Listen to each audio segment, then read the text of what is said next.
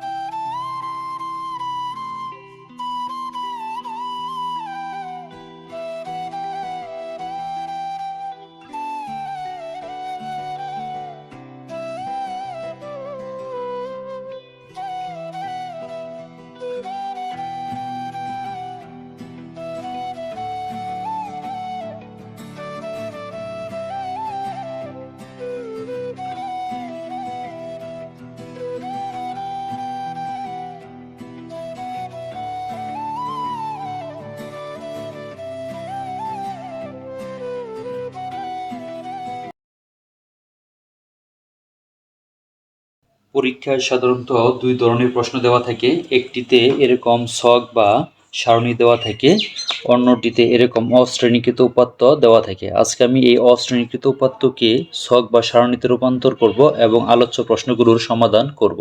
এখন আমি 5 নং প্রশ্নের সমাধান করব। 5 নং প্রশ্নে বলা আছে উপযুক্ত শ্রেণী ব্যক্তি নিয়ে শ্রেণী সংখ্যা নির্ণয় করো এবং সারণী তৈরি করো। শ্রেণী সংখ্যা নির্ণয় করার জন্য প্রথমে আমাদের পরিধি বা পরিসর বের করে নিতে হবে। আমরা জানি পরিধি সমান উপাত্তের সর্বোচ্চ সংখ্যা বিয়োগ সর্বনিম্ন সংখ্যা যোগ 1। এই উপাত্তের সর্বোচ্চ সংখ্যা 68 এবং সর্বনিম্ন সংখ্যা হচ্ছে 35। তাহলে আমরা পাই উপাত্তের সর্বোচ্চ সংখ্যা সমান 68 এবং সর্বনিম্ন সংখ্যা সমান 35। সুতরাং পরিসর বা পরিধি সমান 68 - 35 যোগ 1। 68 থেকে 35 বিয়োগ করলে হবে 33 যোগ 1 সমান 34। আমরা জানি পরিধি বা পরিসরকে একটি নির্দিষ্ট শ্রেণী ব্যবধান দ্বারা ভাগ করলে শ্রেণী সংখ্যা পাওয়া যায়। এই নির্দিষ্ট শ্রেণী ব্যবধান 5, 10, 15 ইচ্ছামতো হতে পারে। তবে এখানে আমি শ্রেণী ব্যক্তি বা শ্রেণী ব্যবধান 5 ধরে শ্রেণী সংখ্যাকে সমান 34/5 সমান 6.8 বা 7টি নির্ণয় করেছি। লক্ষ্য রাখতে হবে যে পরিধি যত বড় সংখ্যা হবে শ্রেণী ব্যবধান তত বড় নিতে হবে এবং পরিধি যত ছোট সংখ্যা হবে শ্রেণী ব্যবধান তত ছোট সংখ্যা নিতে হবে। তো বিশেষ করে লক্ষ্য রাখতে হবে যেন শ্রেণী সংখ্যা 5 থেকে 10-এর ভিতরে হয়। এখন আমি গণসংখ্যা নিবেশন সারণী তৈরি করব। এই জন্য কোনো শ্রেণীর কোনো পরীক্ষায় 30 জন শিক্ষার্থীর গণিতে প্রাপ্ত নম্বর নিম্নরূপ এবং এই উপাত্তগুলোর মধ্যে সর্বনিম্ন সংখ্যা হচ্ছে 35 এবং সর্বোচ্চ সংখ্যা হচ্ছে 68। তো 35 থেকে 68-এর মধ্যে আমি গণসংখ্যা নিবেশন সারণী তৈরি করব। এই জন্য শ্রেণী ব্যবধান 5 ধরে 35 থেকে 68-এর ভিতরে আমি গণসংখ্যা নিবেশন সারণী তৈরি করি। এজন্য লিখবো আমি প্রাপ্ত নম্বর, যেহেতু সর্বনিম্ন সংখ্যা 35, তাহলে 35 থেকে 5 ব্যবধান পরের সংখ্যাটি 39। যেমন 35, 36, 37, 38, 39। 5 ব্যবধান হলে পরের সংখ্যাটা 39। তারপরের সংখ্যা 40 থেকে 44, 35 থেকে 49, 50 থেকে 54, 55 থেকে 59, 60 থেকে 64, 65 থেকে 69। লক্ষ্য রাখতে হবে যে উপাত্তগুলো 35 থেকে 68-এর মধ্যে হতে পারে, তবে কখনো কখনো প্রয়োজন ভেদে 35-এর আগের সংখ্যা বা 34 থেকে শুরু করে আমি 70 বা 69 এরকম নিতে পারি। অর্থাৎ প্রয়োজন অনুযায়ী 35 থেকে 68 এর বাইরেও হতে পারে, সেটা আমি প্রয়োজন অনুযায়ী নিব। এবং 35 থেকে 39 পর্যন্ত কতগুলো সংখ্যা রয়েছে, এগুলো হচ্ছে আমার টালির সংখ্যা। তো এখানে খুঁজে বের করো, যেমন 35 থেকে 39-এর ভিতরে সংখ্যা রয়েছে, যেমন 35, 36 দুইটা। তাহলে 35 থেকে 39-এর ভিতরে সংখ্যা রয়েছে দুইটা, এই জন্য আমরা টালির সংখ্যা দুইটা দাগ দিব। এবং 40 থেকে 44-এর ভিতরে লক্ষ্য করো, 40 একটা, এই যে আরেকটা 40, দুইটা। তাহলে 40 থেকে 44-এর ভিতরে সংখ্যা রয়েছে দুইটা, এই জন্য টালির সংখ্যায় দুইটা দাগ দিব। 45 থেকে 49-এর ভিতরে দেখো সংখ্যা রয়েছে 5টা, তাহলে এই জন্য আমরা 5টা দাগ দিব। তো 5টা দাগ দেওয়ার ক্ষেত্রে একটু ভিন্ন নিয়ম রয়েছে। 4টা দাগ দেওয়ার পর পঞ্চম নাম্বারটা একটু ক্রসিং দাগ দিতে হবে। একইভাবে 50 থেকে 54-এর ভিতরে রয়েছে 3টা, টালির সংখ্যায় দাগ হবে 3টা। 55 থেকে 69-এর ভিতরে রয়েছে 5টা, তাহলে 4টা দেওয়ার পর একটা ক্রস দাগ। 60 থেকে 64-এর ভিতরে রয়েছে 7টা, 65 থেকে 69-এর ভিতরে সংখ্যা রয়েছে 6টা। আমাদের আরেকটা বিষয় মনে রাখতে হবে যে টালির সংখ্যাকে ঘনসংখ্যা বা গঠন সংখ্যা বলে। ঘনসংখ্যা বা গঠন সংখ্যার ইংরেজি হচ্ছে ফ্রিকোয়েন্সি নাম্বার, এজন্য একে এফ দ্বারা প্রকাশ করা হয়। টালির দাগ 2টা, গণসংখ্যা 2, টালির দাগ 2, গণসংখ্যা 2, টালির দাগ 5, গণসংখ্যা 5, টালির দাগ 3, গণসংখ্যা 3, টালির দাগ 5, গণসংখ্যা 5, টালির দাগ 7টা, গণসংখ্যা 7, টালির দাগ 6টা, গণসংখ্যা 6। এই গণসংখ্যাগুলোর যোগফল হচ্ছে 30, আর এই যোগফলকে n অথবা সামেশন অফ এফ দ্বারা প্রকাশ করা হয়। এই গণসংখ্যার যোগফল এবং মোট শিক্ষার্থীর সংখ্যা সবসময় সমান হতে হবে। যদি সমান না হয় তাহলে বুঝতে হবে তোমার অঙ্কে ভুল আছে। 5 নং প্রশ্নে গণসংখ্যা নিবেশন সারণী তৈরি করেছি, আর ওই সারণী হতেই প্রাপ্ত নম্বর বা শ্রেণী এবং গণসংখ্যা পাওয়া যায়। আর পরীক্ষায় যে প্রশ্ন আসে সেই পরীক্ষায়ও শ্রেণী এবং গণসংখ্যা দেওয়াই থাকে। এখন আমরা 6 নং প্রশ্নের সমাধান করব। 6 নং প্রশ্নে বলা আছে মধ্যক শ্রেণীর মধ্যমান এবং প্রসারক শ্রেণীর মধ্যমান নির্ণয় করো। মধ্যক শ্রেণীর মধ্যমান নির্ণয় করার জন্য অবশ্যই ক্রমযুক্ত গণসংখ্যা নির্ণয় করতে হবে। আর ক্রমযুক্ত গণসংখ্যার ইংরেজি হচ্ছে কমিউলেটিভ ফ্রিকোয়েন্সি নাম্বার। এখন আমরা ক্রমযুক্ত গণসংখ্যা নির্ণয় করব। ক্রমযুক্ত গণসংখ্যা নির্ণয় করার একটি বিশেষ পদ্ধতি রয়েছে। ক্রমযুক্ত গণসংখ্যা হচ্ছে গণসংখ্যার ক্রমান্বয়ে বা পর্যায়ক্রমে যোগফল হচ্ছে ক্রমযুক্ত গণসংখ্যা, অর্থাৎ গণসংখ্যা 2 হলে ক্রমযুক্ত গণসংখ্যা হবে 2 এবং প্রথম দুই ঘর অর্থাৎ 2 আর 2 যোগ করলে হবে ক্রমযুক্ত গণসংখ্যা 4 এবং 2, 2, 5 সবগুলো যোগ করলে হবে ক্রমযুক্ত গণসংখ্যা 9 এবং 2, 2, 5, 3 সবগুলো যোগ করে ক্রমযুক্ত গণসংখ্যা হবে 12, 2, 2, 5, 3, 5 সবগুলো যোগ করলে হবে ক্রমযুক্ত গণসংখ্যা 17, 2, 2, 5, 3, 5, 7 সবগুলো যোগ করলে হবে 24, 2, 2, 5, 3, 5, 7, 6 এই সবগুলো যোগ করলে ক্রমযুক্ত গণসংখ্যা হবে 30। তো ক্রমযুক্ত গণসংখ্যা বের করার একটা সহজ টেকনিক রয়েছে, অর্থাৎ গণসংখ্যা 2 হলে ক্রমযুক্ত গণসংখ্যা হবে 2, এই 2 এর সাথে এই গণসংখ্যার দ্বিতীয় 2 যোগ করলে হবে 4 এবং 4 এর সাথে 5 যোগ করলে হবে 9, 9 এর সাথে 3 যোগ করলে হবে 12, 12 এর সাথে 5 যোগ করলে হবে 17, 17 এর সাথে 7 যোগ করলে হবে 24, 24 এর সাথে 6 যোগ করলে হবে 30। এইভাবে আমরা ক্রমযুক্ত গণসংখ্যা সহজে বের করতে পারি। মধ্যক শ্রেণীর মধ্যমান নির্ণয় করার জন্য প্রথমেই আমাদের মধ্যক শ্রেণী বের করে নিতে হবে। এর জন্য এখানে n এর মান 30, তাহলে n/2 মানে 30/2 মানে 15। দেখতে হবে 15তম পদটি ক্রমযুক্ত গণসংখ্যার কোথায় আছে। তাহলে 15তম পদটি 2, 4, 9, 12 অবশ্যই 17। এর শ্রেণী হচ্ছে 55 থেকে 59, তাহলে 55 থেকে 59 এর মধ্যেই 15তম পদটি বিদ্যমান। এই জন্য আমরা লিখেছি 15তম পদটি 55 থেকে 59 শ্রেণীতে বিদ্যমান। আর এই 55 থেকে 59 একেই বলা হয় মধ্যক শ্রেণী। এখন আমরা বের করব মধ্যক শ্রেণীর মধ্যমান, অর্থাৎ এই দুইটা শ্রেণী যোগ করে 2 দ্বারা ভাগ করলে এদের মধ্যমান পাওয়া যাবে। তাহলে 55 প্লাস 59 ভাগ 2 সমান সমান কত? 57 হবে। এখন আমরা প্রচুরক শ্রেণীর মধ্যমান নির্ণয় করব। আমরা জানি উপাত্তে যে সংখ্যা সর্বাধিক বার থাকে তাকে বলা হয় প্রচুরক।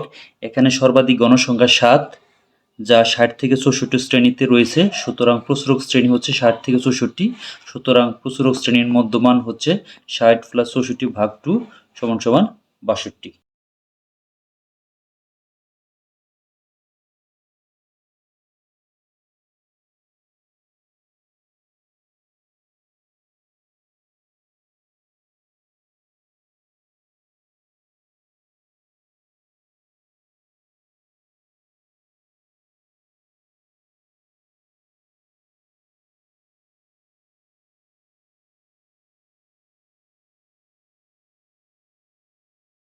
এখন আমি 8 নং প্রশ্নের সমাধান করব। 8 নং প্রশ্নে বলা আছে অবিন্যস্ত বা অশ্রেণীকৃত উপাত্তের ক্ষেত্রে গড় নির্ণয় করো বা সরাসরি পদ্ধতিতে গড় নির্ণয় করো।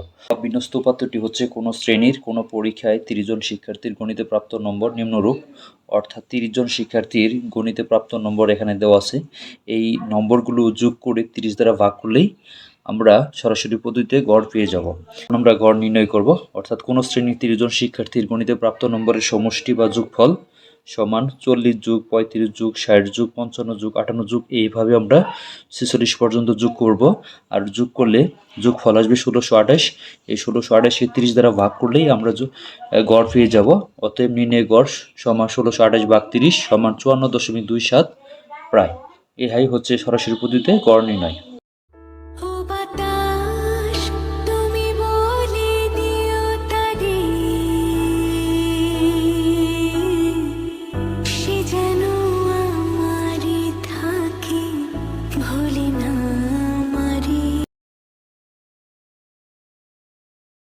এখন আমি বিন্যস্ত বা শ্রেণীকৃত উপাত্তের ক্ষেত্রে দীর্ঘ বা সরাসরি পদ্ধতিতে গড় নির্ণয় করব। এর জন্য প্রথমে একটি সারণী তৈরি করা প্রয়োজন। তবে সারণী তৈরি করার সময় বেশিরভাগ শিক্ষার্থী প্রশ্ন করে যে কয়টি গড় বা ছকের প্রয়োজন। আসলে এই প্রশ্নের উত্তর আমরা যা নির্ণয় করব সেই প্রশ্নই বলে দিবে। যেহেতু আমরা সরাসরি পদ্ধতিতে গড় নির্ণয় করব, আর আমরা জানি গড় বা গাণিতিক গড় x বার সমান summation of fi xi by n। লক্ষ্য করলে দেখা যায় যে এখানে এফআই হচ্ছে গণসংখ্যা, অর্থাৎ এফআইয়ের জন্য একটি ছকের প্রয়োজন। এক্সআই হচ্ছে শ্রেণী মধ্যমানের জন্য একটি গড়ের প্রয়োজন এবং এফআই ইন্টু এক্সআই এই দুইটার গুণফলের জন্য একটি গড়ের প্রয়োজন। আর প্রশ্নে প্রাপ্ত নম্বর বা শ্রেণী এবং গণসংখ্যা দেওয়াই থাকে। অতিরিক্ত হিসাবে শ্রেণী মধ্যমান এক্সআই এবং এই দুইটার গুণফল এফআই এক্সআই এর মান আমাদের বের করে নিতে হবে। প্রথমেই আমি শ্রেণী মধ্যমান বের করব। শ্রেণী মধ্যমান বের করার সূত্র হচ্ছে শ্রেণী মধ্যমান x বাই xi সমান শ্রেণী নিম্ন সীমা প্লাস শ্রেণী উচ্চ সীমা ভাগ 2। এখানে 35 থেকে 39 মধ্যে 35 হচ্ছে শ্রেণী নিম্ন সীমা, 39 হচ্ছে শ্রেণী উচ্চ সীমা। এই দুইটা যোগ করে 2 দ্বারা ভাগ করে শ্রেণী মধ্যমান পাবো। 35 প্লাস 39 ভাগ 2 সমান হচ্ছে 35 আর 39 যোগ করলে হবে 74, 74কে 2 দ্বারা ভাগ করলে হবে 37। তাহলে প্রথম শ্রেণী মধ্যমান হবে 37। একইভাবে দ্বিতীয়টা যদি করি 40 প্লাস 44 ভাগ হচ্ছে 2, 40 আর 44 যোগ করলে হবে 84, 84কে 2 দ্বারা যদি ভাগ করি তাহলে হবে 42। তাহলে দ্বিতীয় শ্রেণী মধ্যমান হবে 42। দেখা যাচ্ছে 37 থেকে 42 5 ব্যবধান, তাহলে 5 করে বৃদ্ধি পাবে। পরের সংখ্যাটি আসবে 47, তারপরেরটি আসবে 52, 52 পরে আসবে 57, 57 পরে আসবে 62, 62 পরে আসবে 67। এইভাবে আমরা শ্রেণী মধ্যমান বের করে নিতে পারি। এফআই ইন্টু এক্সআই বের করার জন্য 37 এবং 2 যদি গুণ করি তাহলে আসবে 74। একইভাবে 42 আর 2 যদি গুণ করি তাহলে আসবে 74।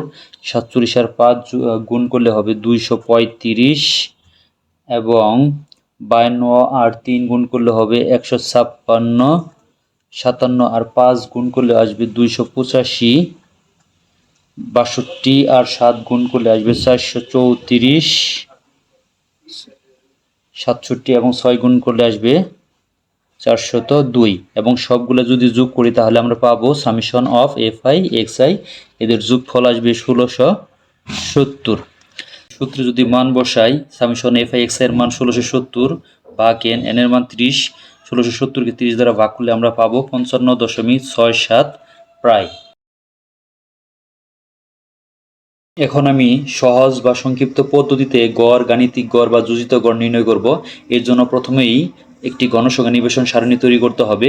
গণসংখ্যা নিবেশন সারণী তৈরি করার সময় বেশিরভাগ শিক্ষার্থী প্রশ্ন করে যে কয়টি গড় বা ছক তৈরি করতে হবে। আসলে এই প্রশ্নের উত্তর আমরা যে প্রশ্নের সমাধান করব সেই প্রশ্নেই বলে দিবে। যেহেতু সহজ বা সংক্ষিপ্ত পদ্ধতিতে আমরা গড় বের করব, আমরা জানি সহজ বা সংক্ষিপ্ত পদ্ধতিতে গড় এক্স বার সমান A plus summation F I U I by N গুণন এইচ। এখানে এ হচ্ছে আনুমানিক গড় বা অনুমিত শ্রেণী মধ্যমান, এই জন্য আমাদের শ্রেণী মধ্যমানের জন্য একটি ছক বের করতে হবে। এফ আই হচ্ছে গণসংখ্যা, গণসংখ্যার জন্য একটি ছক বের করতে হবে। ইউআই হচ্ছে ধাপবিচ্যুতি, ধাপবিচ্যুতির জন্য একটি ছকের প্রয়োজন। এফআই ইউআই এদের গুণফলের জন্য একটি ছক বা গড়ের প্রয়োজন। প্রথমে আমি শ্রেণী মধ্যমান বের করব। শ্রেণী মধ্যমান বের করার একটি সূত্র হচ্ছে যে শ্রেণী মধ্যমান এক্স বা এক্স আই সমান শ্রেণী নিম্ন সীমা প্লাস শ্রেণী উচ্চ সীমা ভাগ 2। 35 থেকে 39 এর মধ্যে 35 হচ্ছে শ্রেণী নিম্ন সীমা, 39 হচ্ছে শ্রেণী উচ্চ সীমা। এই দুইটা যোগ করে 2 দ্বারা ভাগ করলেই শ্রেণী মধ্যমান পাবো। এখানে 35 প্লাস 39 ভাগ 2, 35 আর 39 যোগ করলে হয় 74, 74কে 2 দ্বারা ভাগ করলে হয় 37। তাহলে প্রথম শ্রেণী মধ্যমান হবে 37। তারপরে 40 প্লাস 44 ভাগ 2, 40 আর 44 যোগ করলে 84, 84 ভাগ 2 মানে 42। দ্বিতীয় শ্রেণী মধ্যমান হচ্ছে 42। দেখা যাচ্ছে যে 37 থেকে 42 5 ব্যবধান, অর্থাৎ 5 করে বৃদ্ধি পাবে।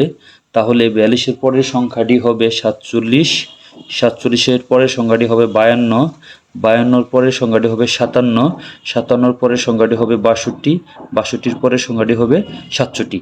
এইভাবে 5 করে বৃদ্ধি করে আমরা শ্রেণী মধ্যমান বের করে নিতে পারি। তাপবিচ্যুতি বের করার একটা সহজ টেকনিক রয়েছে, যে এখানে শ্রেণী সংখ্যা হচ্ছে 1 2 3 4 5 6 7, 7টা যদি থাকে মাঝখানে যে সংখ্যা আছে এই মাঝখানের সংখ্যা বরাবর আমাদের শূন্য ধরতে হবে।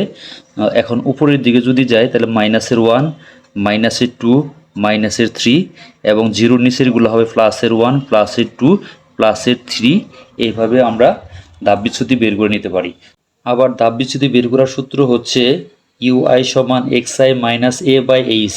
এখানে এ হচ্ছে আনুমানিক গড় বা অনুমিত শ্রেণী মধ্যমান, অর্থাৎ তাপবিচ্যুতি বরাবর যেখানে শূন্য ধরেছি এই শূন্য বরাবর শ্রেণী মধ্যমানকে বলা হয় আনুমানিক গড় বা অনুমিত শ্রেণী মধ্যমান, একে এ দ্বারা প্রকাশ করা হয়। তাহলে এর মান পাইলাম আমরা কত, 52। এখন আমি এফআই ইউআই এর মান বের করব, অর্থাৎ ঘনসংখ্যা এবং তাপবিচ্যুতির এই দুইটা গুণ করে আমরা এফআই ইউআই পাবো। যেহেতু প্রথমটি যদি আমরা এফআই ইউআই বের করি, অর্থাৎ 2 এবং -3 যদি গুণ করি তাহলে উত্তর আসবে -6, 2 এবং -2 গুণ করলে হবে -4, 5 -1 গুণ করলে -5, 3 এবং 0 গুণ করলে হবে 0, 5 আর 1 গুণ করলে হবে 5, 7 আর 2 গুণ করলে হবে 14, 6 আর 3 গুণ করলে হবে 18। এখন প্লাসের সংখ্যাগুলোর থেকে মাইনাসের সংখ্যা যদি বাদ দিই তাহলে এটার যোগফল আসবে প্লাসের 22। মানগুলো সূত্রে বসালেই আমরা গড় বা গাণিতিক গড়ের মান পাবো। আমরা আগে জেনেছি এ হচ্ছে 52, তাহলে এর পরিবর্তে লিখবো 52 plus summation F I U এর মান হচ্ছে 22, তাহলে 22 ভাগ এন এর মান হচ্ছে 30, 30 গুণন এইচ হচ্ছে শ্রেণী ব্যবধান অর্থাৎ 35 থেকে 39, এর শ্রেণী ব্যবধানকে বলা হয় এইচ, এইচের মান হচ্ছে 5। এখন 52 প্লাস 22-এর সাথে 5 গুণ করে 30 দ্বারা ভাগ করলে আমরা পাবো 55.67 প্রায়। এখন আমি মধ্যক বা মধ্যমান নির্ণয় করব। এই জন্য প্রথমে একটি গণসংখ্যা নিবেশন সারণী তৈরি করতে হবে, আর গণসংখ্যা নিবেশন সারণীতে কয়টি ঘর বা ছক তৈরি করতে হবে তা মধ্যক নির্ণয়ের সূত্রে বলে দিবে। আমরা জানি মধ্যক বা মধ্যমা এম ই সমান L plus n/2 minus F C গুণন এইচ বাই এফ এম। এখানে এল হচ্ছে মধ্যক শ্রেণীর, অর্থাৎ এল এর জন্য প্রাপ্ত নম্বর বা শ্রেণীর ছক তৈরি করতে হবে, এবং n/2 হচ্ছে গণসংখ্যার সমষ্টির অর্ধেক, অর্থাৎ গণসংখ্যার জন্য একটি ছক তৈরি করতে হবে, এবং এফসি হচ্ছে কমোডিটি ফ্রিকোয়েন্সি নাম্বার, অর্থাৎ ক্রমযুক্ত গণসংখ্যার জন্য একটি ছক তৈরি করতে হবে। এইচ হচ্ছে শ্রেণী ব্যবধান এবং এফ এম হচ্ছে মধ্যক শ্রেণীর গণসংখ্যা। দেখা যাচ্ছে যে আমাদের শ্রেণী বা প্রাপ্ত নম্বর এবং গণসংখ্যা এবং ক্রমযুক্ত গণসংখ্যার এই তিনটি ছক তৈরি করতে হবে, যেখানে বা প্রশ্নে প্রাপ্ত নম্বর এবং গণসংখ্যা এই দুইটি দেওয়াই থাকে। অতিরিক্ত হিসাবে আমাদের ক্রমযুক্ত গণসংখ্যার ছক তৈরি করতে হবে। এখন আমি দেখাবো কিভাবে ক্রমযুক্ত গণসংখ্যা নির্ণয় করতে হয়। ক্রমযুক্ত গণসংখ্যা হচ্ছে গণসংখ্যার পর্যায়ক্রমিক যোগফল। ক্রমযুক্ত গণসংখ্যা নির্ণয় করার একটা বিশেষ পদ্ধতি রয়েছে। ক্রমযুক্ত গণসংখ্যা হচ্ছে গণসংখ্যার ক্রমান্বয়ে বা পর্যায়ক্রমে যোগফলে হচ্ছে ক্রমযুক্ত গণসংখ্যা, অর্থাৎ গণসংখ্যা 2 হলে ক্রমযুক্ত গণসংখ্যা হবে 2, এবং প্রথম দুই ঘর অর্থাৎ 2 আর 2 যোগ করলে হবে ক্রমযুক্ত গণসংখ্যা 4, এবং 2, 2, 5 সবগুলো যোগ করলে হবে ক্রমযুক্ত গণসংখ্যা 9, এবং 2, 2, 5, 3 সবগুলো যোগ করলে ক্রমযুক্ত গণসংখ্যা হবে 12, 2, 2, 5, 3, 5 সবগুলো যোগ করলে হবে ক্রমযুক্ত গণসংখ্যা 17, 2, 2, 5, 3, 5, 7 সবগুলো যোগ করলে হবে 24, 2, 2, 5, 3, 5, 7, 6 এই সবগুলো যোগ করলে ক্রমযুক্ত গণসংখ্যা হবে 30।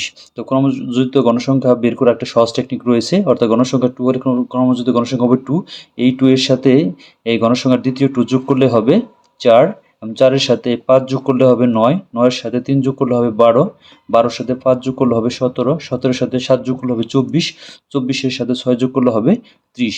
এইভাবে আমরা ক্রমযুক্ত গণসংখ্যা সহজে বের করতে পারি। প্রথমে আমাদের মধ্যক শ্রেণী বের করে নিতে হবে। এর জন্য এখানে n এর মান 30, তাহলে n/2 মানে 30 ভাগ 2 মানে 15। দেখতে হবে 15তম পদটি ক্রমযুক্ত গণসংখ্যার কোথায় আছে। তাহলে 15তম পদটি 2, 4, 9, 12 অবশ্যই 17। এর শ্রেণী হচ্ছে 55 থেকে 59, তাহলে 55 থেকে 59 এর মধ্যেই 15তম পদটি বিদ্যমান। এই জন্য আমরা লিখেছি 15তম পদটি 55 থেকে 59 শ্রেণীতে বিদ্যমান। আর এই 55 থেকে 59 একেই বলা হয় মধ্যক শ্রেণী। এই মধ্যক শ্রেণীর এই নিম্ন সীমাকে বলা হয় এল, এবং মধ্যক শ্রেণী বরাবর এই গণসংখ্যাকে বলা হয় এফ এম। মধ্যক শ্রেণীর গণসংখ্যা বরাবর ক্রমযুক্ত গণসংখ্যার পূর্বের ক্রমযুক্ত গণসংখ্যাকে বলা হয় এফসি। সুতরাং এখানে এল এর মান হচ্ছে 55, এফ এম হচ্ছে 5, এফসি হচ্ছে 12, এবং এইচ হচ্ছে শ্রেণী ব্যবধান 35 থেকে 39, এখানে ব্যবধান 5, তাহলে এইচ এর মান হচ্ছে 5। এই মানগুলো আমরা সূত্রে বসে ক্যালকুলেশন করলেই মধ্যক বা মধ্যমা পেয়ে যাব। এখন আমি মানগুলো সূত্রে বসাবো। আমরা জানি মধ্যক এম ই সমান L plus n/2 minus F C গুণন এইচ বাই এফ এম। আমরা এল এর মান পেয়েছি 55 প্লাস n/2 মানে 15 মাইনাস এফসির মান 12 গুণন এইচ এর মান 5 শ্রেণী ব্যবধান, এফ এম হচ্ছে 5। এখানে 55 প্লাস 15 থেকে 12 বাদ দিলে 3 হবে, 5কে 5 দিয়ে রাখলে 1, তাহলে আমরা পেলাম 58। এখন আমি প্রসারক বা মোড নির্ণয় করব। তবে প্রসারক বা মোড নির্ণয় করার জন্য বিশেষ কোনো সারণী তৈরি করার প্রয়োজন নেই। প্রশ্নের যে সারণী দেওয়া থাকে ওই সারণী থেকে প্রসারক নির্ণয় করতে পারি। প্রসারক বের করার সূত্রটি হচ্ছে প্রসারক এম ও সমান L plus F one H divided by F one plus F two. প্রসারক নির্ণয় করার পূর্বেই আমাদের জেনে রাখা ভালো যে প্রসারক কাকে বলে। আমরা জানি উপাত্তে যে সংখ্যা সর্বাধিক বার থাকে তাকে বলা হয় প্রসারক, আর এই উপাত্তে সর্বাধিক গণসংখ্যা হচ্ছে 7, যা 60 থেকে 64 শ্রেণীতে বিদ্যমান। শ্রেণীতে বিদ্যমান। সুতরাং প্রসারক শ্রেণী হচ্ছে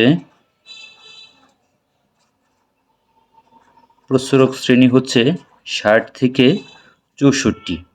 আমরা আরও জানি যে প্রসারক শ্রেণীর নিম্ন সীমাকে বলা হয় এল, অর্থাৎ এল এর মান হচ্ছে 60, এবং F1 হচ্ছে প্রসারক শ্রেণীর সর্বাধিক গণসংখ্যা থেকে তার পূর্ববর্তী গণসংখ্যারকে বিয়োগ করলেই আমরা F1 পাবো, অর্থাৎ 2 পাবো। এবং F2 হচ্ছে প্রসারক শ্রেণীর সর্বাধিক গণসংখ্যা থেকে তার পরবর্তী গণসংখ্যা বিয়োগ করলেই আমরা F2 পাবো। এবং H হচ্ছে শ্রেণী ব্যবধান, এখানে 35 থেকে 39, 40 থেকে 44, 5 কোটি ব্যবধান, সুতরাং H এর মান হচ্ছে 5। এই মানগুলো যদি আমরা সূত্রে বসাই তাহলে আমরা প্রসারক পাবো। তাহলে এই মানগুলো আমি এখন সূত্রে বসাবো। তাহলে আমরা L এর মান বসাবো 60 প্লাস F1 এর মান পেলাম 2 গুণন H এর মান 5 ডিভাইডেড বাই F1 এর মান 2 প্লাস এর 1। তাহলে 60 প্লাস 2 আর 5 গুণ করলে 10, 2 আর 1 যোগ করলে হয় 3, 10কে 3 দ্বারা ভাগ করলে 3.33 পাবো। তাহলে 60 প্লাস 3.33 করলে আমরা পাবো 63.33 প্রায়। সুপ্রিয় শিক্ষার্থী, এখন আমি আয়তলেখ অঙ্কন করব। আয়তলেখ অঙ্কন করার জন্য গণসংখ্যা নিবেশন সারণীতে প্রাপ্ত নম্বর বা শ্রেণী, অবিচ্ছিন্ন শ্রেণীসীমা এবং গণসংখ্যা প্রয়োজন। লক্ষ্য করলে দেখা যায় যে শ্রেণী বা প্রাপ্ত নম্বরের সংখ্যাগুলো পূর্ণ সংখ্যা, অর্থাৎ প্রাপ্ত নম্বর বা শ্রেণী হচ্ছে একটি বিচ্ছিন্ন চলক এবং অবিচ্ছিন্ন শ্রেণীসীমা হচ্ছে অবিচ্ছিন্ন চলক। আমরা জানি অবিচ্ছিন্ন চলক হচ্ছে যে চলকের মান বাস্তব সংখ্যা, তাকে অবিচ্ছিন্ন চলক বলে। বাস্তব সংখ্যা বলতে এখানে দশমিক বা ভগ্নাংশ সংখ্যাকে বোঝাবে, অর্থাৎ অবিচ্ছিন্ন শ্রেণীসীমার যে সংখ্যাগুলো আসবে সেই সংখ্যাগুলো অবশ্যই দশমিক সংখ্যা হবে। এখন আমি দেখাবো কিভাবে অবিচ্ছিন্ন শ্রেণীসীমা বের করতে হয়। লক্ষ্য করো, শ্রেণীর সংখ্যাগুলো হচ্ছে 35 থেকে 39 পূর্ণ সংখ্যা। এখানে অবিচ্ছিন্ন শ্রেণীসীমা বের করার জন্য শ্রেণীর এই নিম্ন সীমা 35 থেকে আমরা 0.5 কমাই নেব, অর্থাৎ 34.5 নেব, এবং উচ্চ সীমা থেকে আমরা 0.5 বাড়াই নেব, অর্থাৎ 39.5 নেব। এখন লক্ষ্য করো 34.5 থেকে 39.5, অর্থাৎ এখানেও 5 ব্যবধান। এইভাবে আমরা অবিচ্ছিন্ন শ্রেণীসীমা নিব। একইভাবে 40 থেকে 44কে আমরা যদি অবিচ্ছিন্ন শ্রেণীসীমায় রূপান্তর করি তাহলে আসবে 39.5 থেকে 44.5। একইভাবে 45 থেকে 49কে যদি আমরা অবিচ্ছিন্ন শ্রেণীসীমায় রূপান্তর করি তাহলে আসবে 44.5 থেকে 49.5। 50 থেকে 54কে যদি আমরা অবিচ্ছিন্ন শ্রেণীসীমায় রূপান্তর করি তাহলে 49.5 থেকে 54.5। 55 থেকে 59কে অবিচ্ছিন্ন শ্রেণীসীমায় রূপান্তর করলে আসবে 54.5 থেকে 59.5। 60 থেকে 64কে অবিচ্ছিন্ন শ্রেণীসীমায় রূপান্তর করলে আসবে 59.5 থেকে 64.5। 65 থেকে 69কে অবিচ্ছিন্ন শ্রেণীসীমায় রূপান্তর করলে আসবে 64.5 থেকে 69.5। লক্ষ্য রাখতে হবে যে শ্রেণীর নিম্ন সীমা থেকে 0.5 কমাই নেব এবং উচ্চ সীমাকে 0.5 বাড়াই নেব। এইভাবে আমরা অবিচ্ছিন্ন শ্রেণীসীমাগুলো বের করে নিতে পারি। লেখচিত্রের বর্ণনা, স্কেল নির্ধারণ। মনে করি এক্স ও এক্স প্রাইম, ওয়াই ও ওয়াই প্রাইম যথাক্রমে এক্স অক্ষ ও ওয়াই অক্ষ এবং ও তাদের মূলবিন্দু, অর্থাৎ এক্স ও এক্স প্রাইমকে স্মল এক্স অক্ষ, ওয়াই ও ওয়াই প্রাইমকে স্মল ওয়াই অক্ষ হিসেবে ধরা হয়, যেখানে ও এক্স হচ্ছে ধনাত্মক এক্স অক্ষ এবং ও এক্স প্রাইম হচ্ছে ঋণাত্মক এক্স অক্ষ, ও ওয়াই হচ্ছে ধনাত্মক ওয়াই অক্ষ এবং ও ওয়াই প্রাইম হচ্ছে ঋণাত্মক ওয়াই অক্ষ।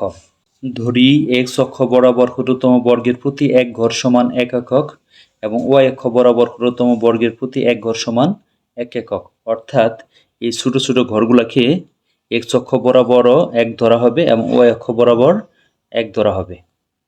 এখন ধনাত্মক এক্স অক্ষ বরাবর অবিচ্ছিন্ন শ্রেণীসীমা এবং ওয়াই অক্ষ বরাবর গণসংখ্যা নিয়ে ছক কাগজে আয়তলেখ অঙ্কন করি, যেখানে ছেদ বা ভাঙা চিহ্ন দ্বারা 34.5 এর পূর্ববর্তী সংখ্যাগুলো বোঝানো হয়েছে।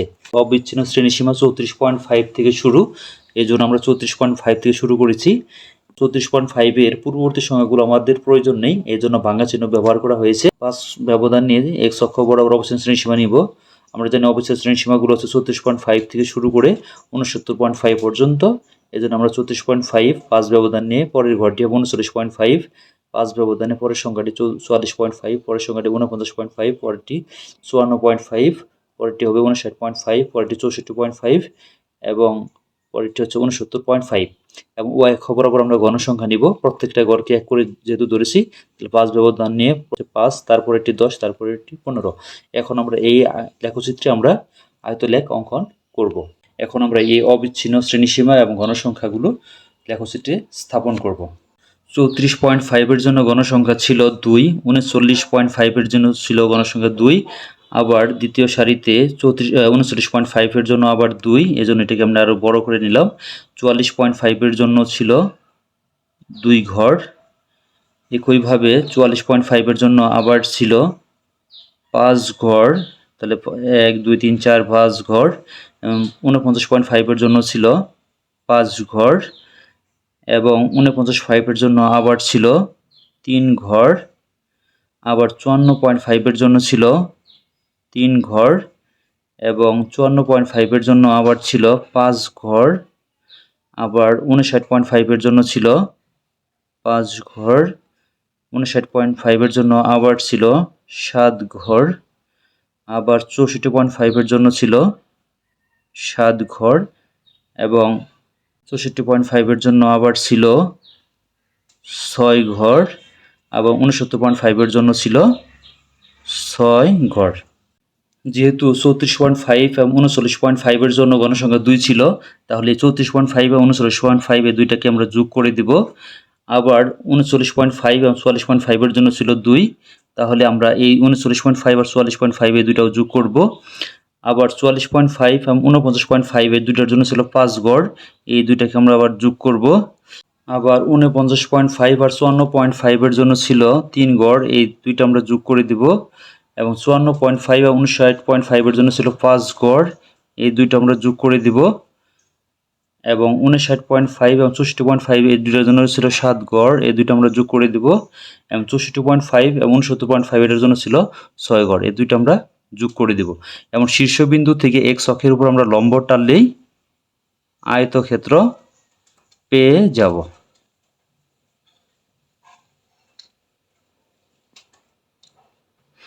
এখন এই আয়তক্ষেত্রগুলোকে যদি আমরা একটু কালো করে দেই, চিহ্নিত করে দেই, তাহলে আমাদের কাঙ্ক্ষিত সেই আয়তক্ষেত্র পেয়ে যাব। সুপ্রিয় শিক্ষার্থী, এখন আমরা বহুভুজ অঙ্কন করব। তবে বহুভুজ অঙ্কন করার জন্য গণসংখ্যা নিবেশন সারণীতে প্রাপ্ত নম্বর বা শ্রেণী মধ্যমান এবং গণসংখ্যা থাকতে হবে।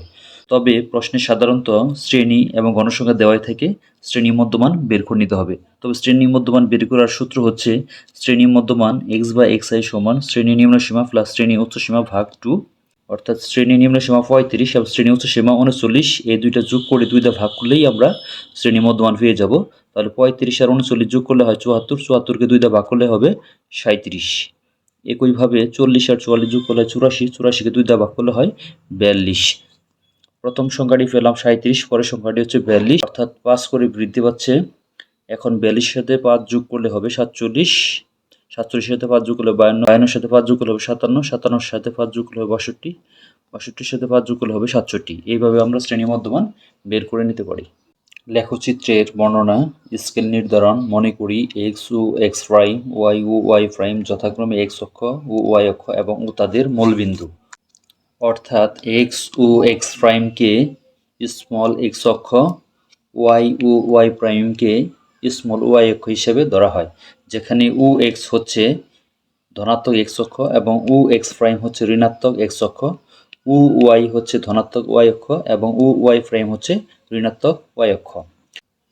ধরি এক্স অক্ষ বরাবর ক্ষুদ্রতম বর্গের প্রতি 1 ঘর সমান 1 একক, ওয়াই অক্ষ বরাবর ক্ষুদ্রতম বর্গের প্রতি 1 ঘর সমান 1 একক, অর্থাৎ এই ছোট ছোট ঘরগুলাকে প্রত্যেকটা ঘরের মান 1 করে, অর্থাৎ এক্স অক্ষ বরাবর প্রতি ঘর মানে 1 একক করে এবং ওয়াই অক্ষ বরাবর প্রতি ঘরের মান 1 একক। এখন ধনাত্মক এক্স অক্ষ বরাবর শ্রেণী মধ্যমান এবং ওয়াই অক্ষ বরাবর ঘনসংখ্যা নিয়ে ছক কাগজে বহুভুজ অঙ্কন করি, যেখানে ছেদ বা ভাঙা চিহ্ন দ্বারা 32-এর পূর্ববর্তী সংখ্যাগুলো বোঝানো হয়েছে। এখন এক্স অক্ষ বরাবর শ্রেণী মধ্যমান এবং ওয়াই অক্ষ বরাবর গণসংখ্যা নিয়ে বহুভুজ অঙ্কন করব। তবে শ্রেণী মধ্যমান 37 থেকে 67 এর মধ্যে দেওয়া আছে। তবে বহুভুজ অঙ্কনের জন্য দুইটা ঘর অতিরিক্ত নিতে হবে, অর্থাৎ 37 এর পূর্ববর্তী ঘর হচ্ছে 32 এবং 67 এর পরবর্তী ঘর হচ্ছে 72। অর্থাৎ বহুভুজ অঙ্কনের সময় সবসময় প্রথমে এবং শেষে দুইটি গড় বাড়তি নিতে হবে। এখন বিন্দুগুলো কাগজ স্থাপন করি। যখন শ্রেণী মধ্যমান 37 তখন গণসংখ্যা ছিল 2, 1, 2। যখন শ্রেণী মধ্যমান 42 তখন গণসংখ্যা ছিল 2। যখন শ্রেণী মধ্যমান 47 তখন গণসংখ্যা ছিল 5। যখন শ্রেণী মধ্যমান 52 তখন গণসংখ্যা ছিল 3। যখন শ্রেণী মধ্যমান 57 তখন গণসংখ্যা ছিল 5। যখন শ্রেণী মধ্যমান 62 তখন গণসংখ্যা ছিল 7। যখন শ্রেণী মধ্যমান 67 তখন গণসংখ্যা ছিল 6। এখন বিন্দুগুলি যোগ করি।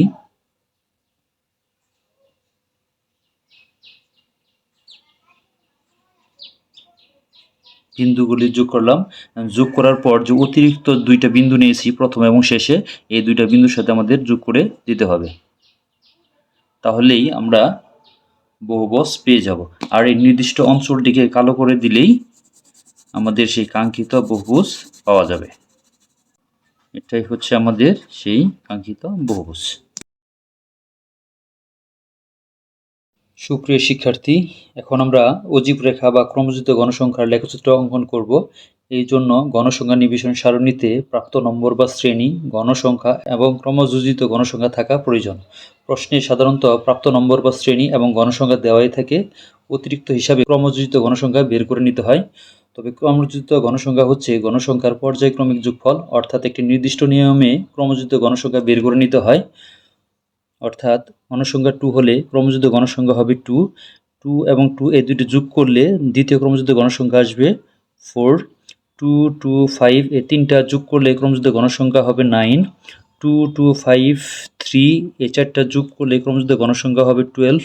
2, 2, 5, 3, 5 এই পাঁচটা যোগ করলে ক্রমযুক্ত গণসংখ্যা আসবে 17। 2, 2, 5, 3, 5, 7 এই ছয়টা যোগ করলে ক্রমযুক্ত গণসংখ্যা আসবে 24। 2, 2, 5, 3, 5, 7, 6 এই সাতটা যোগ করলে ক্রমযুক্ত গণসংখ্যা আসবে 30। তবে ক্রমযুক্ত গণসংখ্যা বের করার আরেকটি সুন্দর টেকনিক রয়েছে, অর্থাৎ গণসংখ্যা 2 হলে ক্রমযুক্ত গণসংখ্যা আসবে 2। ক্রমযুক্ত গণসংখ্যায় 2 এর সাথে গণসংখ্যার দ্বিতীয় 2 যোগ করলে আসবে 4। 4 এর সাথে 5 যোগ করলে আসবে 9। 9 এর সাথে 3 যোগ করলে আসবে 12। 12 এর সাথে 5 যোগ করলে আসবে 17। 17 সাথে 7 যোগ করলে আসবে 24। 24 এর সাথে 6 যোগ করলে আসবে 30। এইভাবে আমরা ক্রমযুক্ত গণসংখ্যা বের করে নিতে পারি। লেখচিত্রের বর্ণনা, স্কেল নির্ধারণ। মনে করি এক্স ও এক্স প্রাইম, ওয়াই ও ওয়াই প্রাইম যথাক্রমে এক্স অক্ষ, ওয়াই অক্ষ এবং ও তাদের মূলবিন্দু। অর্থাৎ এক্স ও এক্স প্রাইমকে স্মল এক্স অক্ষ, ওয়াই ও ওয়াই প্রাইমকে স্মল ওয়াই অক্ষ হিসাবে বিবেচনা করা হয়, যেখানে ও এক্সকে ধনাত্মক এক্স অক্ষ, ও এক্স প্রাইমকে ঋণাত্মক এক্স অক্ষ, ও ওয়াইকে ধনাত্মক ওয়াই অক্ষ এবং ও ওয়াই প্রাইমকে ঋণাত্মক ওয়াই অক্ষ হিসাবে বিবেচনা করা হয়। ধরি এক্স অক্ষ বরাবর ক্ষুদ্রতম বর্গের প্রতি এক ঘর সমান 1 একক এবং ওয়াই অক্ষ বরাবর ক্ষুদ্রতম বর্গের প্রতি এক ঘর সমান 1 একক। অর্থাৎ লেখচিত্রের এই ছোটো ছোটো ঘরগুলাকে প্রত্যেকটা ঘরের মান 1 একক হিসেবে ধরা হয়। অর্থাৎ এক্স অক্ষ বরাবর ক্ষুদ্রতম ঘরের মান 1 এবং ওয়াই অক্ষ বরাবর ক্ষুদ্রতম ঘরের মান 1 একক করে। এখন ধনাত্মক এক্স অক্ষ বরাবর শ্রেণীব্যাপ্তির উচ্চসীমা এবং ওয়াই অক্ষ বরাবর ক্রমযোজিত গণসংখ্যা নিয়ে ছক কাগজে অজীব রেখা অঙ্কন করি, যেখানে ছেদ বা ভাঙা চিহ্ন দ্বারা 34-এর পূর্ববর্তী সংখ্যাগুলো বোঝানো হয়েছে। এখানে শ্রেণীর উচ্চসীমাগুলো হলো 39, 44, 49, 54, 59, 64, 69। এইগুলো ছক কাগজে এক্স অক্ষ বরাবর নিব এবং ক্রমযোজিত গণসংখ্যাগুলো ওয়াই অক্ষ বরাবর নিয়ে লেখচিত্র অঙ্কন করব। এখন ছক কাগজে এক্স অক্ষ বরাবর শ্রেণীব্যাপ্তির উচ্চসীমা এবং ওয়াই অক্ষ বরাবর ক্রমযোজিত গণসংখ্যা নিয়ে অজীব রেখা অঙ্কন করি। গণসংখ্যা নিবেশন সারণীতে শ্রেণী উচ্চসীমা হচ্ছে 39 থেকে শুরু করে 69 পর্যন্ত। তবে অজীব রেখা অঙ্কনের সময় 39-এর পূর্ববর্তী উচ্চসীমা 34 নিতে হবে। অর্থাৎ অজীব রেখার ক্ষেত্রে একটি ঘর অতিরিক্ত নিতে হয় এবং 0 থেকে 34-এর পূর্ববর্তী সংখ্যাগুলো বোঝানোর জন্য ভাঙা চিহ্ন ব্যবহার করা হয়েছে। গণসংখ্যা নিবেশন থেকে পাই, যখন শ্রেণী উচ্চসীমা 39 ছিল তখন গণসংখ্যা ছিল 2। যখন শ্রেণী উচ্চসীমা 44 তখন গণসংখ্যা ছিল 4। যখন শ্রেণী উচ্চসীমা 49 তখন গণসংখ্যা ছিল 9। শ্রেণী উচ্চসীমা 54 তখন গণসংখ্যা ছিল 12। যখন শ্রেণী উচ্চসীমা 59 তখন গণসংখ্যা ছিল 17। 10, 15, 17। যখন শ্রেণী উচ্চসীমা 64 তখন ক্রমযুক্ত গণসংখ্যা ছিল 24। 10, 20, 24। যখন শ্রেণী উচ্চসীমা 69 ছিল তখন ক্রমযুক্ত গণসংখ্যা ছিল 30। এখন আমরা যদি বিন্দুগুলি যোগ করি,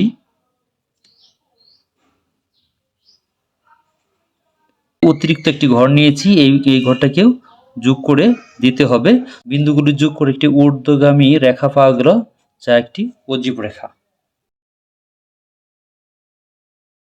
সুপ্রিয় শিক্ষার্থী, এখন আমরা আয়তলেখ থেকে প্রস্তুরক অঙ্কন করব। এর জন্য প্রথমেই আয়তলেখ অঙ্কন করতে হবে। তাই এখন আমি আয়তলেখ অঙ্কন করব। আয়তলেখ অঙ্কন করার জন্য গণসংখ্যা নিবেশন সারণীতে প্রাপ্ত নম্বর বা শ্রেণী, অবিচ্ছিন্ন শ্রেণীসীমা এবং গণসংখ্যা প্রয়োজন। লক্ষ্য করলে দেখা যায় যে শ্রেণী বা প্রাপ্ত নম্বরের সংখ্যাগুলো পূর্ণ সংখ্যা, অর্থাৎ প্রাপ্ত নম্বর বা শ্রেণী হচ্ছে একটি বিচ্ছিন্ন চলক এবং অবিচ্ছিন্ন শ্রেণীসীমা হচ্ছে অবিচ্ছিন্ন চলক। আমরা জানি অবিচ্ছিন্ন চলক হচ্ছে যে চলকের মান বাস্তব সংখ্যা, তাকে অবিচ্ছিন্ন চলক বলে। বাস্তব সংখ্যা বলতে এখানে দশমিক বা ভগ্নাংশ সংখ্যাকে বোঝাবে, অর্থাৎ অবিচ্ছিন্ন শ্রেণীসীমার যে সংখ্যাগুলো আসবে সেই সংখ্যাগুলো অবশ্যই দশমিক সংখ্যা হবে। এখন আমি দেখাবো কিভাবে অবিচ্ছিন্ন শ্রেণীসীমা বের করতে হয়। লক্ষ্য করো, শ্রেণীর সংখ্যাগুলো হচ্ছে 35 থেকে 39 পূর্ণ সংখ্যা। এখানে অবিচ্ছিন্ন শ্রেণীসীমা বের করার জন্য শ্রেণীর এই নিম্ন সীমা 35 থেকে আমরা 0.5 কমাই নেব, অর্থাৎ 34.5 নেব, এবং উচ্চ সীমা থেকে আমরা 0.5 বাড়াই নেব, অর্থাৎ 39.5 নেব। এখন লক্ষ্য করো 34.5 থেকে 39.5, অর্থাৎ এখানেও 5 ব্যবধান। এইভাবে আমরা অবিচ্ছিন্ন শ্রেণীসীমা নিব। একইভাবে 40 থেকে 44কে আমরা যদি অবিচ্ছিন্ন শ্রেণীসীমায় রূপান্তর করি তাহলে আসবে 39.5 থেকে 44.5। একইভাবে 45 থেকে 49কে যদি আমরা অবিচ্ছিন্ন শ্রেণীসীমায় রূপান্তর করি তাহলে আসবে 44.5 থেকে 49.5। 50 থেকে 54কে যদি আমরা অবিচ্ছিন্ন শ্রেণীসীমায় রূপান্তর করি তাহলে 49.5 থেকে 54.5। 55 থেকে 59কে অবিচ্ছিন্ন শ্রেণীসীমায় রূপান্তর করলে আসবে 54.5 থেকে 59.5। 60 থেকে 64কে অবিচ্ছিন্ন শ্রেণীসীমায় রূপান্তর করলে আসবে 59.5 থেকে 64.5। 65 থেকে 69কে অবিচ্ছিন্ন শ্রেণীসীমায় রূপান্তর করলে আসবে 64.5 থেকে 69.5। লক্ষ্য রাখতে হবে যে শ্রেণীর নিম্ন সীমা থেকে 0.5 কমাই নেব এবং উচ্চ সীমাকে 0.5 বাড়াই নেব। এইভাবে আমরা অবিচ্ছিন্ন শ্রেণীসীমাগুলো বের করে নিতে পারি। লেখচিত্রের বর্ণনা, স্কেল নির্ধারণ। মনে করি এক্স ও এক্স প্রাইম, ওয়াই ও ওয়াই প্রাইম যথাক্রমে এক্স অক্ষ ও ওয়াই অক্ষ এবং ও তাদের মূলবিন্দু, অর্থাৎ এক্স ও এক্স প্রাইমকে স্মল এক্স অক্ষ, ওয়াই ও ওয়াই প্রাইমকে স্মল ওয়াই অক্ষ হিসেবে ধরা হয়, যেখানে ও এক্স হচ্ছে ধনাত্মক এক্স অক্ষ এবং ও এক্স প্রাইম হচ্ছে ঋণাত্মক এক্স অক্ষ, ও ওয়াই হচ্ছে ধনাত্মক ওয়াই অক্ষ এবং ও ওয়াই প্রাইম হচ্ছে ঋণাত্মক ওয়াই অক্ষ। ধরি এক্স অক্ষ বরাবর ক্ষুদ্রতম বর্গের প্রতি এক ঘর সমান 1 একক এবং ওয়াই অক্ষ বরাবর ক্ষুদ্রতম বর্গের প্রতি এক ঘর সমান 1 একক, অর্থাৎ এই ছোট ছোট ঘরগুলোকে এক্স অক্ষ বরাবরও 1 ধরা হবে এবং ওয়াই অক্ষ বরাবর 1 ধরা হবে। এখন ধনাত্মক এক্স অক্ষ বরাবর অবিচ্ছিন্ন শ্রেণীসীমা এবং ওয়াই অক্ষ বরাবর গণসংখ্যা নিয়ে ছক কাগজে আয়তলেখ অঙ্কন করি, যেখানে ছেদ বা ভাঙা চিহ্ন দ্বারা 34.5 এর পূর্ববর্তী সংখ্যাগুলো বোঝানো হয়েছে। অবিচ্ছিন্ন শ্রেণীসীমা 34.5 থেকে শুরু, এই জন্য আমরা 34.5 থেকে শুরু করেছি। 34.5 এর পূর্ববর্তী সংখ্যাগুলো আমাদের প্রয়োজন নেই, এই জন্য ভাঙা চিহ্ন ব্যবহার করা হয়েছে। 5 ব্যবধান নিয়ে এক্স অক্ষ বরাবর অবিচ্ছিন্ন শ্রেণীসীমা নিব। আমরা জানি অবিচ্ছিন্ন শ্রেণীসীমাগুলো হচ্ছে 34.5 থেকে শুরু করে 69.5 পর্যন্ত, এই জন্য আমরা 34.5 5 ব্যবধান নিয়ে পরের ঘরটি হবে 39.5, 5 ব্যবধানে পরের সংখ্যাটি 44.5, পরের সংখ্যাটি 49.5, পরেরটি 54.5, পরেরটি হবে 59.5, পরেরটি 64.5 এবং পরেরটি হচ্ছে 69.5 এবং y অক্ষ বরাবর আমরা গণসংখ্যা নিব। প্রত্যেকটা গড়কে এক করে যেহেতু ধরেছি, তাহলে 5 ব্যবধান নিয়ে 5, তারপর এটি 10, তারপর এটি 15। এখন আমরা এই লেখচিত্রে আমরা আয়তলেখ অঙ্কন করব। এখন আমরা এই অবিচ্ছিন্ন শ্রেণীসীমা এবং গণসংখ্যাগুলো লেখচিত্রে স্থাপন করব। 34.5 এর জন্য গণসংখ্যা ছিল 2, 39.5 এর জন্য ছিল গণসংখ্যা 2, আবার দ্বিতীয় সারিতে 39.5 এর জন্য আবার 2, এজন্য এটাকে আমরা আরো বড় করে নিলাম। 44.5 এর জন্য ছিল 2 ঘর। একইভাবে 44.5 এর জন্য আবার ছিল 5 ঘর, তাহলে 1 2 3 4 5 ঘর। 49.5 এর জন্য ছিল 5 ঘর এবং 49.5 এর জন্য আবার ছিল 3 ঘর। আবার 54.5 এর জন্য ছিল 3 ঘর এবং 54.5 এর জন্য আবার ছিল 5 ঘর। আবার 59.5 এর জন্য ছিল 5 ঘর।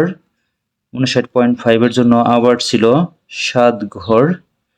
আবার 64.5 এর জন্য ছিল 7 ঘর এবং 64.5 এর জন্য আবার ছিল 6 ঘর এবং 69.5 এর জন্য ছিল 6 ঘর। যেহেতু 34.5 এবং 39.5 এর জন্য গণসংখ্যা 2 ছিল, তাহলে 34.5 এবং 39.5 এই দুইটাকে আমরা যোগ করে দিব। আবার 39.5 এবং 44.5 এর জন্য ছিল 2, তাহলে আমরা এই 39.5 আর 44.5 এই দুইটাও যোগ করব। আবার 44.5 এবং 49.5 এই দুইটার জন্য ছিল 5 গড়, এই দুইটাকে আমরা আবার যোগ করব। আবার 49.5 আর 54.5 এর জন্য ছিল 3 গড়, এই দুইটা আমরা যোগ করে দিব।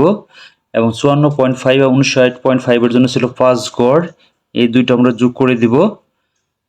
এবং 59.5 এবং 64.5 এই দুইটার জন্য ছিল 7 গড়, এই দুইটা আমরা যোগ করে দিব। এবং 64.5 এবং 69.5 এর জন্য ছিল 6 গড়, এই দুইটা আমরা যোগ করে দিব। এবং শীর্ষবিন্দু থেকে x অক্ষের উপর আমরা লম্ব টানলেই আয়তক্ষেত্র পেয়ে যাব।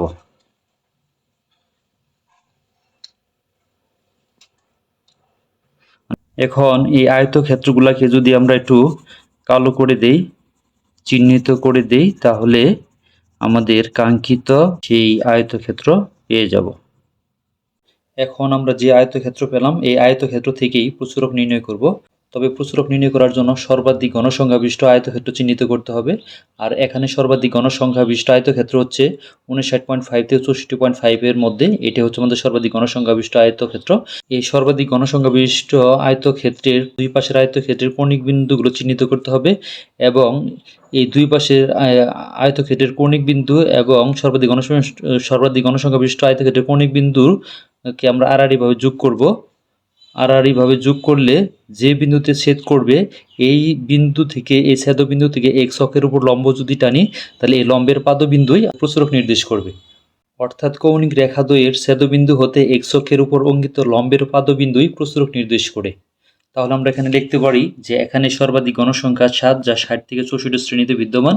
সুতরাং প্রচুরক শ্রেণী হচ্ছে 60 থেকে 64। প্রচুরক শ্রেণীর আয়তক্ষেত্রের কৌণিক বিন্দু এবং দুই পাশের আয়তক্ষেত্রের কৌণিক বিন্দুগুলো আড়াআড়িভাবে যোগ করি। কৌণিক রেখাদ্বয়ের ছেদবিন্দু হতে x অক্ষের উপর অঙ্কিত লম্বের পাদবিন্দুই প্রচুরকের মান নির্দেশ করে। সুতরাং প্রচুরক 62.5 প্রায়।